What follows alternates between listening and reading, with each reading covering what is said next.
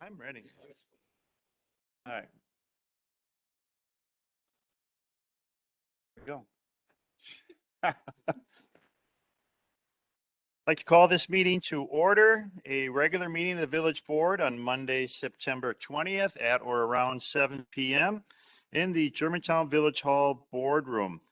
This meeting has been given public notice in accordance with sections 19.83 and 19.84 of the Wisconsin statutes in such form that will apprise the general public and news media of subject matter that is intended for consideration and action.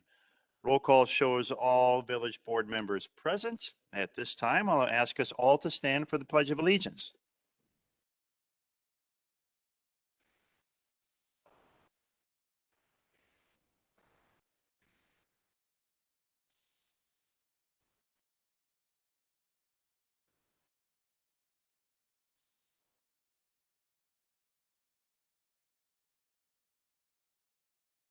Thank you. Next item is President's Report. Just a couple things to report tonight. First and foremost, I had the privilege and honor to be part of the Germantown Chamber event that happened last Thursday, where they honored the Person of the Year, the Charitable Organization of the Year, and Company of the Year. So it was a great night. It was over at the Florian. Very well attended, and enjoyed it very much, and had a little bit of fun as we went along. So good event every year, and I appreciate the invitation and the ability to participate in that event year after year. Other than that, I don't have anything else to report. So if we're willing, we can go to announcements of forthcoming event of public interest, committee and department reports, and we'll start with committee reports and committee chairs. We'll go with Trustee Kaminsky first. There you go. Public Works will meet in this room on October 5th, which is Tuesday at 6 p.m. All right, thank you.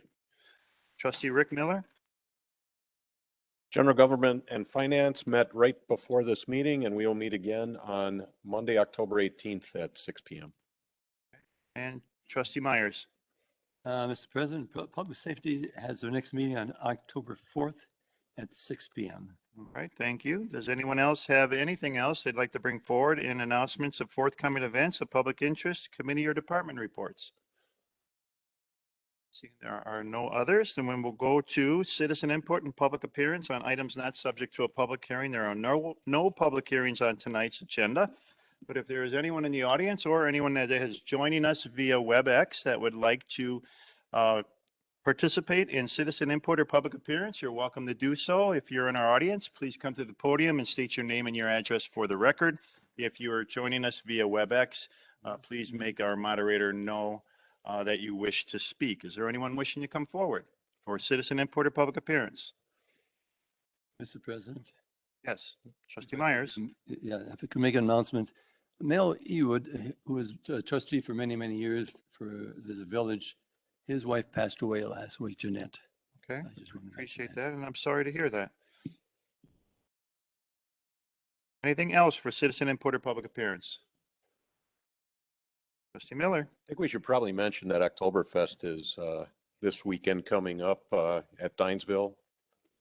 Friday, Saturday, Sunday? I was hoping you'd mention it, but thank you. Saturday and Sunday. Saturday and Sunday, last weekend in September.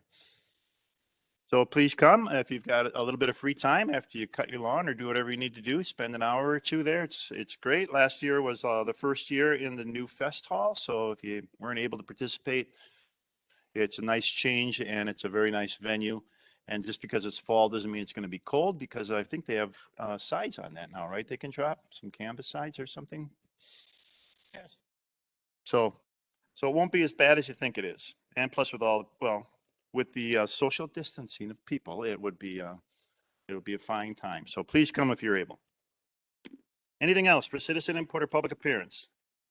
If not, we can then go to, I'm sorry, Mr. You did. You got quiet shoes on. Push the button so the light goes off. And this, there you go.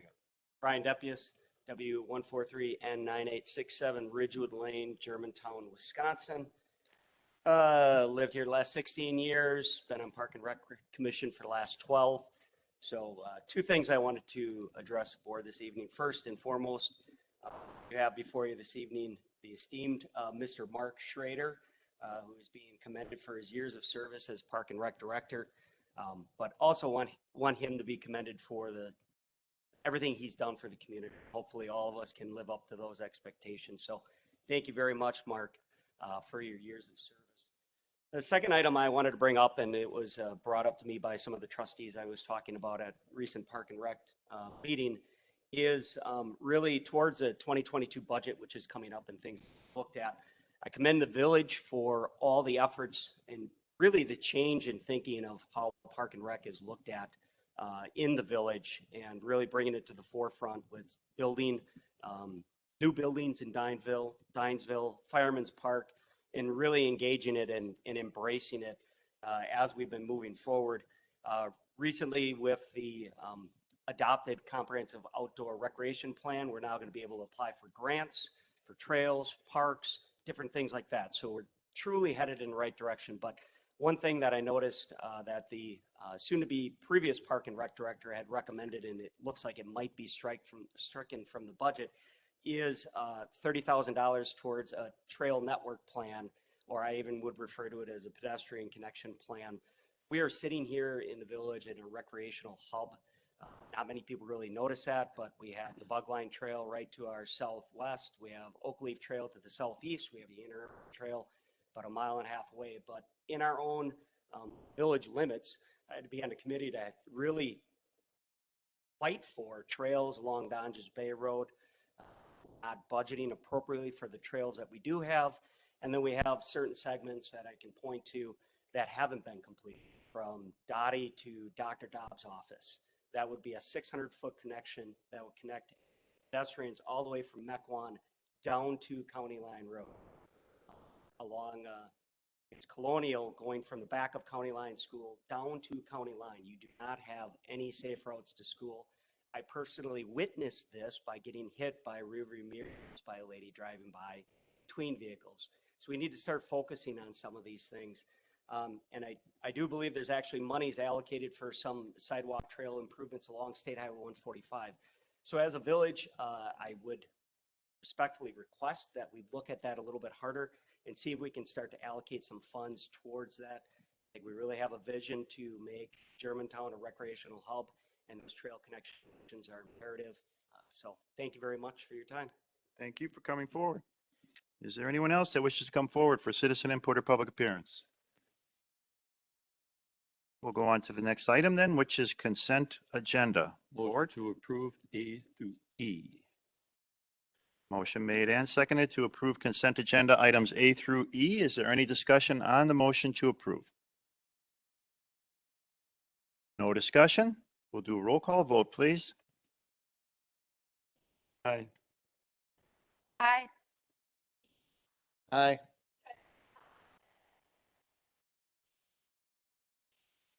Aye. Aye. Aye. Aye. Okay, thank you. That then takes us to new business. We start with new business item A, which is a resolution 25-2021, and it's a appreciation of service to Mark Schrader. So could I ask Mark to come up front, please?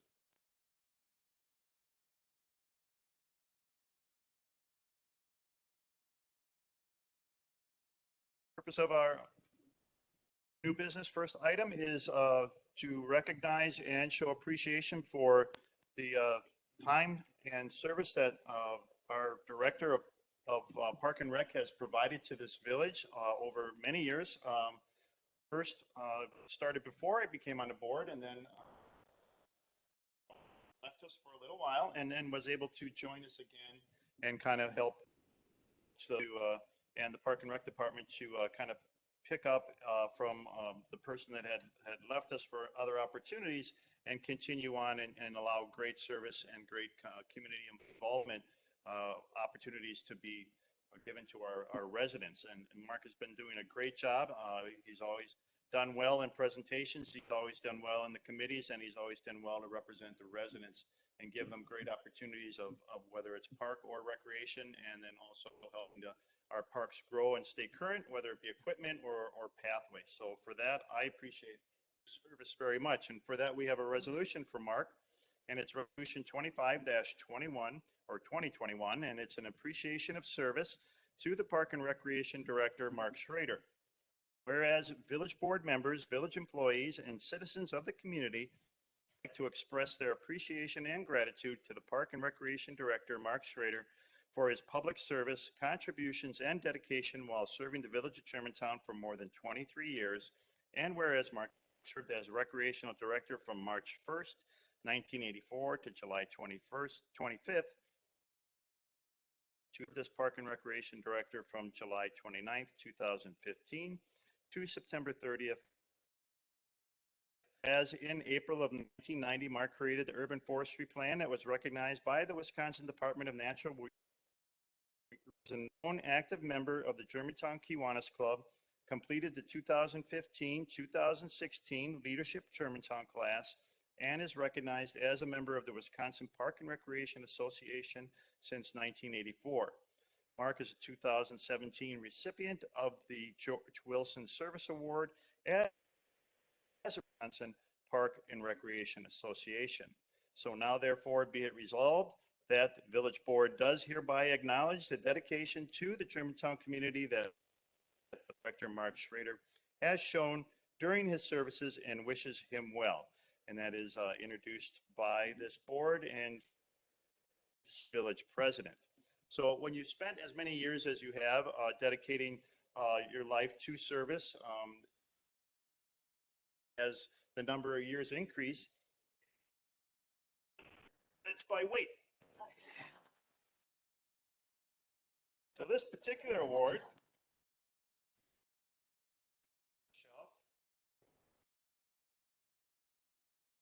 hanging on the wall, I would put a railroad spike. But because we don't have the words to express our words to express our gratitude, we hope that we can bring this to you in future years and know that we appreciated that. So this particular award says, in honor of your service, Mark Schrader, Park and Recreation Director, retiring after 23 years of service, March 1st, 1984 to July 25th, 2001, and July 29th, 2015 to September 30th, 2021. Thank you for your exceptional work and dedication throughout the years to the Village of Germantown. Mark, as you start the next chapter in your life, know that you will be missed. We will miss your professional expertise, mentorship, and your friendship. You have left an indelible mark. This truly is the end of a remarkable era. Our best wishes go to you and Godspeed, your colleagues and friends from the Village of Germantown.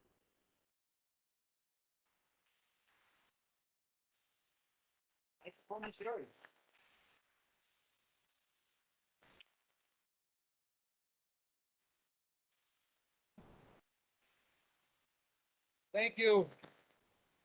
You know me, I don't miss a chance to stand up here, although maybe I won't miss some of the late village board meetings. But wow, I really appreciate this. It was 37 and a half thereabouts years ago that Germantown hired me. That was also many gray hairs ago at that point in time, but I guess accumulated those the years. But it's rare when you get an opportunity to come back and work in the still have always lived in. But Germantown, thank you for giving me that second opportunity. It's really been I think we've done, if you look around, we've made some wonderful to the park system. We've places that families will enjoy for many years to come. We started out back in 1984 and we had a little trifold brochure. Today, Patty, Katie, staff has a 50-page brochure that you guys obviously see. So goes to our staff for all they have done through the years. It's all about the people. It's the board, whether it's Brian passion, their dedication. Yeah, so what's a short agenda tonight, so I could probably go on a little longer, and there is something going on TV too tonight, so I won't say any more, but this means an awful lot, and by gosh, that Dean, all right, this is extremely heavy, so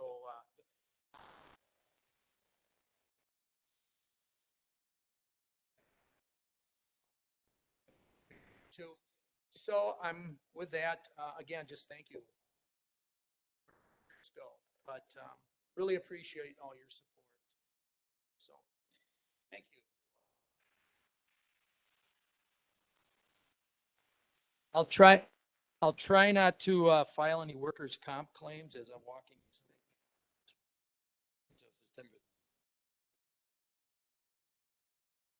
And then our second item on tonight's agenda is also Resolution 26.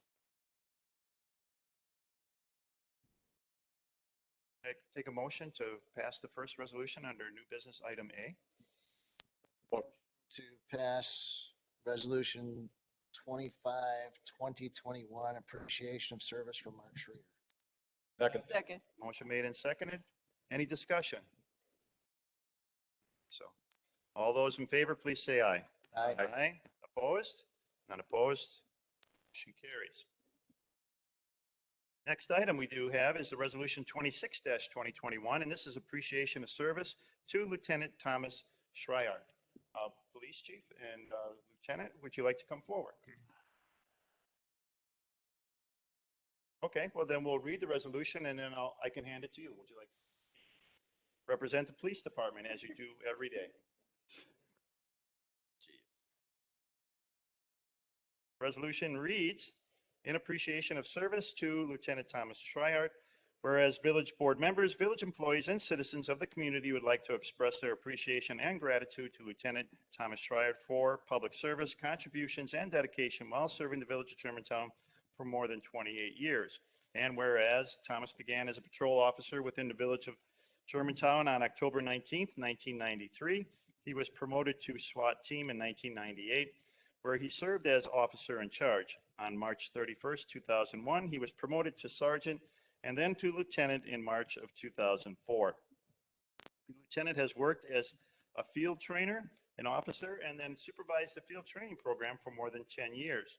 The lieutenant has acted as the court officer and assigned to oversee the track CS system, and now therefore it be resolved that the village of Germantown does hereby acknowledge the dedication to the Germantown community that Lieutenant Thomas Schreier has shown during his service and wishes him well. And that's introduced by this village board and signed by me on this date. Have a motion to this resolution.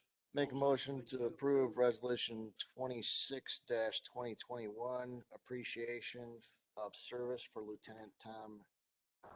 Second. Motion made and seconded. Any discussion? Discussion? All those in favor, please say aye. Aye. Opposed? Opposed? Motion carries.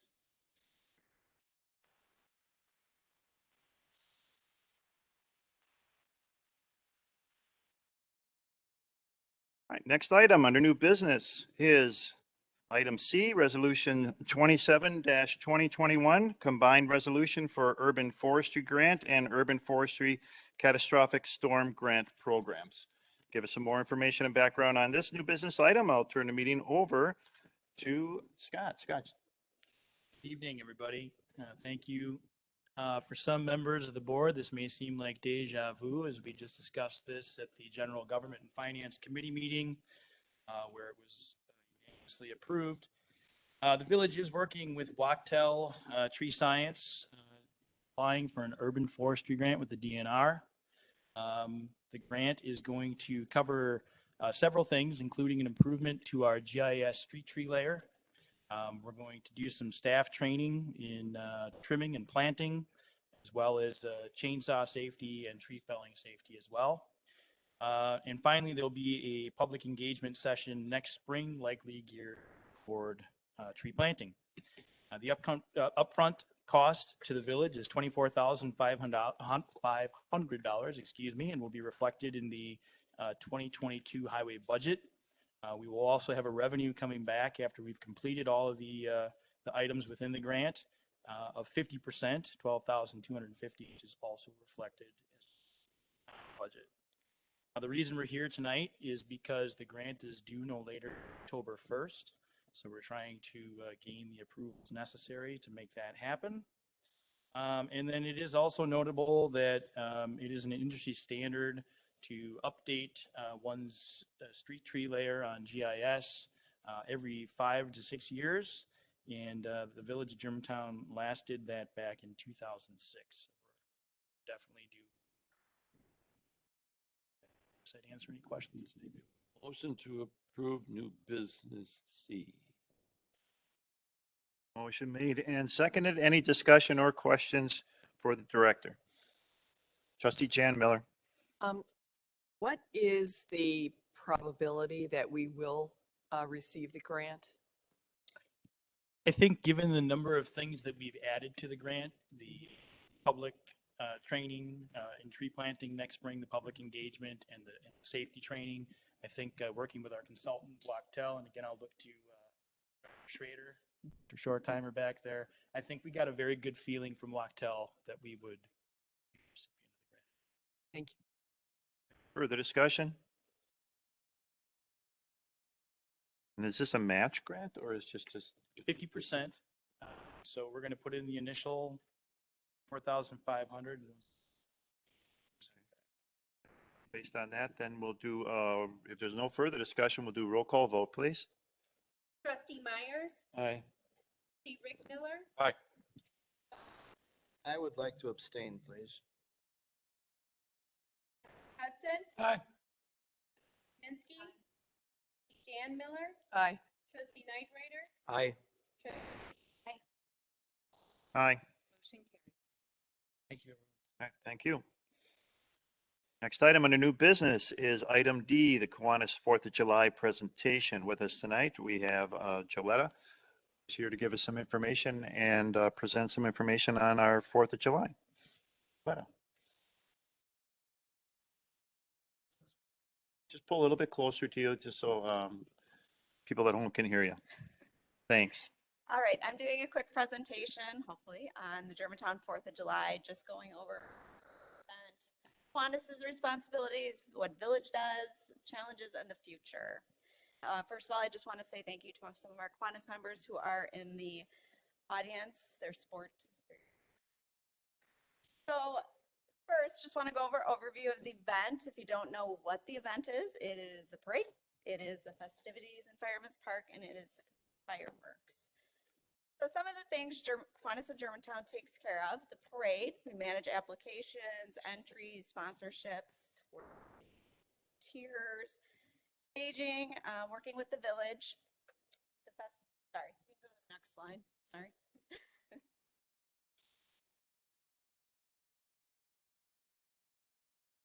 Okay. The festivities in the park, ordering like things the park doesn't have: the tower lights, extra porta potties, booking music, the beer tent, all the permits, setting up the day of, all the advertisements in the for volunteers. Again, for the fireworks, we do negotiate the fireworks with the help of the village. We work with the village on the whole event. Work with the PD, the fire department, and the DPW on preparation and cleaning. And we're also in charge of, if it gets canceled, put out that information. So we also carry a lot of the liability of this event. So if you think about these three things, there are a lot of ways an event could go wrong: a parade, festivities in the park with beer, and fireworks. So next slide. So after I sent this slide to Deanna, I thought a better way to do it is more what the village does to support us, breaking it down: administration, police and fire, and the DPW. And I know there's a lot of representation for all this, so if I forget something, please don't get mad. For the administration, it's permits for everything we do, liquor license, permits for the fireworks, approving contracts, and we do 50-50 with on the firework payment. Also, village is nice enough to hear our tourism requests and grant them. For the police and fire, providing the police department for the pre-parade, during during the parade, letting them have entries. Of course, what's a parade without a fire truck and the police? Providing support at the park during the festivities with the police and fire, first responder support, and making the final call on the fireworks due to bad weather or whatever. And then the DPW. For the parade, they're blocking off the route. They're hurrying up pavement projects so we can have our parade. They're meeting with us, preparing the park day of, and cleaning up the day after, which could include a weekend.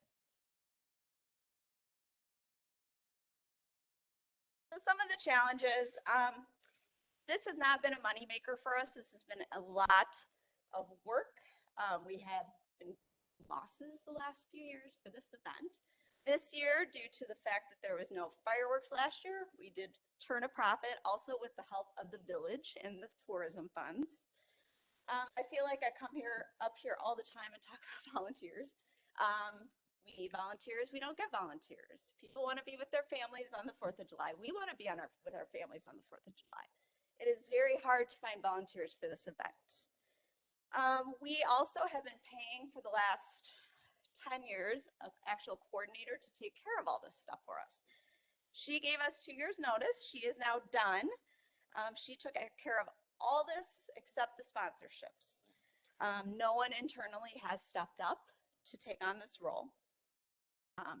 In 2019, after she gave her 2-year notice, I kind of tried to take all the jobs and put it into 12 doable jobs, people that could, possibly do this, with one job just being the parade alone. Just don't have the people. One of the other things, as you've been seeing, if you come yearly, the lack of vendors, the lack of activities in the park. Vendors don't have people to work, or they'd rather be doing things with their families. Sponsorships, you'd think sponsorships would be easy to get. Everyone likes fireworks. You think they donate? They don't. It's not easy. In 2016, we had $9,400 worth of sponsorships. 2017, about the same. 2018, it went down to $8,400. 2019, it was $7,700. This year, it went up to $13,500, and that was carryover of about $1,300 from people who donated to the 2020 event that was canceled. So, introducing change, as we all know, change is difficult. This year, we shortened the event to make it easier on our volunteers. We had the parade go later in the day, so it fed right into the park for the nighttime. With, change, there's always those people that didn't get the memo on what is going on, and we hear it. Next slide. So the future of the 4th of July, none of this is really a shocker to some of the people we've been talking with at the village. What I am hoping for the future of the 4th of July is an increased role for the village. The village already is a huge part of this event. They take care of a lot of stuff. And a lot of times people already think they do run the event. For the future also, I really do think we need to harness the community, business, and organizations of Germantown, their support. I would recommend the future of this event be put in the hands of the volunteers from all these groups instead of one service group. Kiwanis got this event from the American Legion. Couldn't do it anyway. This help needs to come from all parts of the community. So lastly, it just needs to be a manageable event based on the volunteers. So if the community support dictates, right, there's no parade. But if the community comes out, makes this something important that they want to do, there will be activities. So just to close, Kiwanis cannot continue to be that takes care of this. We are available to help facilitate for the future of this 4th of July so the next group can have an easier transition. We thank the village for all their support. I think this is a great time to put this event.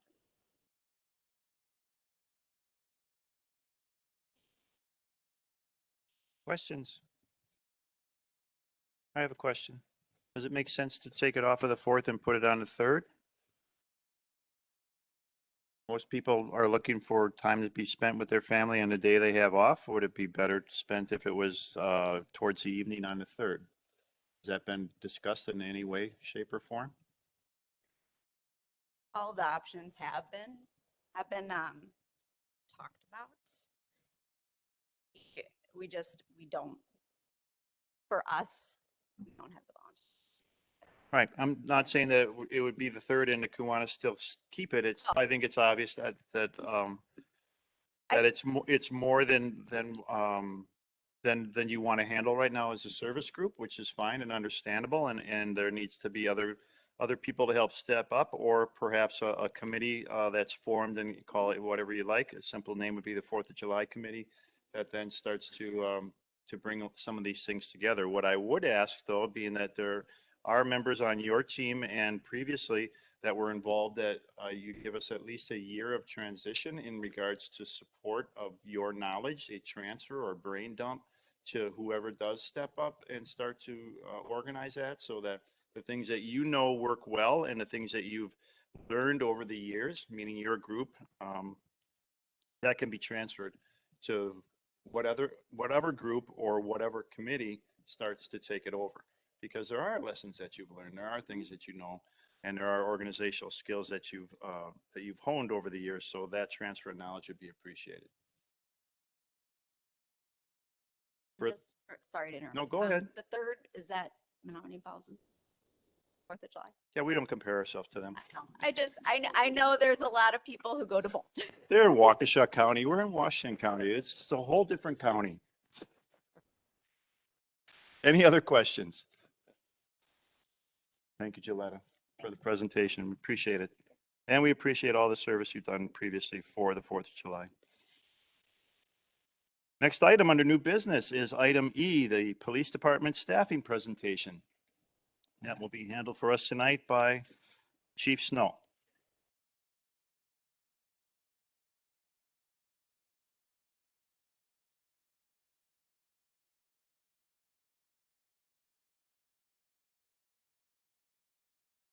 I have it, but I don't have it.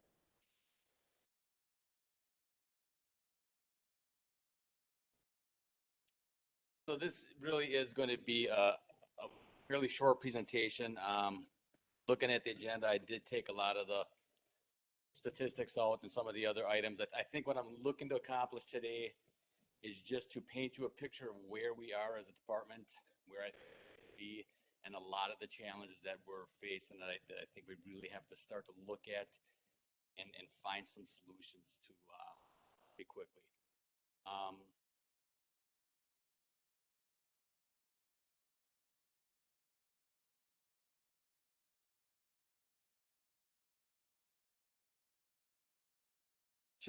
Jeff's sitting in your way. He's blocking the signal.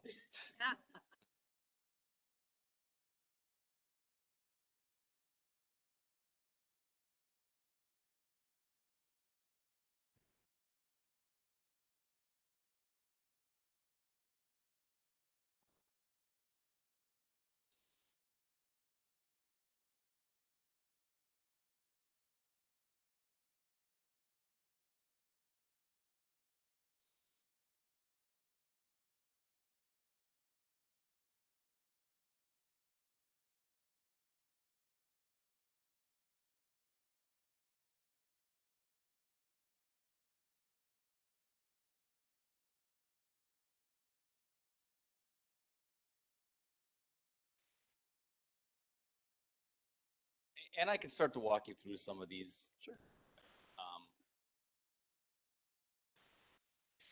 Schools.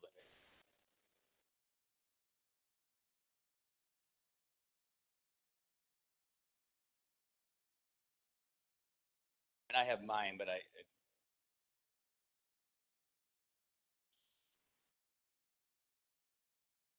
think if need to go through.